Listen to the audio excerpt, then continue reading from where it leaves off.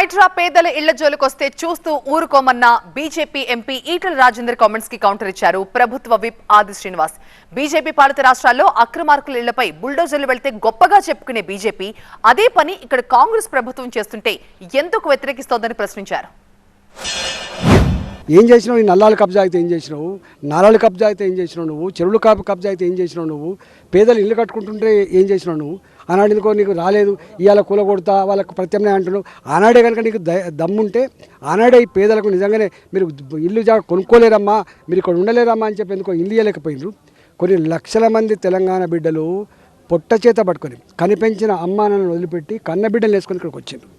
వాళ్ళు ఇళ్లలో పనిచేసి బతికిండ్రు, వాళ్ళు చిన్న చిన్న కంపెనీలో పనిచేసి బతికిండ్రు. 4,000కు 3,000కు జీతం చేసుకొని నెలకు 2,000 రూపాయలు 3,000 రూపాయలు మిగిల్చుకొని ఆ పైసలతోటి కట్టుకున్నటువంటి ఇల్లు ఇలా కూల్చేస్తూ ఉంటే నీకైనా మానవత్వం ఉందా? ఇప్పటికైనా ఉన్న చెరువులన్నీ కూడా మంచి కట్టలు పోసుకొని వాటి డ్రైన్లు రాకుండా చేసుకొని ఒకవేళ లోపల కనుక చెర్ల లోపల కనుక పట్టాభూములు కనుక ఉంటే అక్వైర్ చేసుకో ఎవడు అద్దంటలేడు. కానీ ఇవాళ 40 ఏళ్ల క్రితం కట్టుకున్న పోషమ్మ గుళ్ళను 50 ఏళ్ల క్రితం కట్టుకున్నటువంటి ఇళ్లను కూల్చేస్తాంటే మాత్రం ఇక్కడ చూస్తూ ఊరుకోవడానికి ఎవడు సిద్ధంగా లేడు. భారతీయ జనతా పార్టీ వాళ్ళ రాష్ట్రాల్లో బుల్డోజర్లు తీసుకుపోతారేమో, మాది బుల్డోజర్ సంస్కృతి, తప్పు చేసిన వాడిని మేము ఎక్కడ విడిచిపెట్టామంటారు. ఇక్కడ మా బుల్డోజర్ బయలుదేరితే బీజేపీకి భయం వేస్తున్న సందర్భం. అరే 2022 మేము వస్తాం అనుకుంటుమి.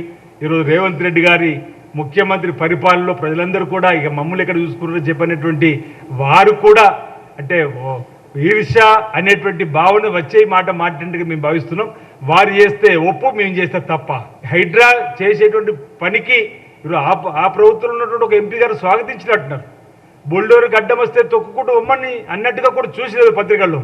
మరి అదే పార్టీలో మరో ఎంపీ ఈ విధంగా మాట్లాడడం అంటే ఇది సహితం కాదు. ఇది ఏదో ఒకటి మాట్లాడి ప్రజలు డైవర్ట్ చేయాలనుకుంటున్నారు. ప్రజలు వీళ్ళ మాటకు డైవర్ట్ అయ్యేటువంటి పరిస్థితి లేదు.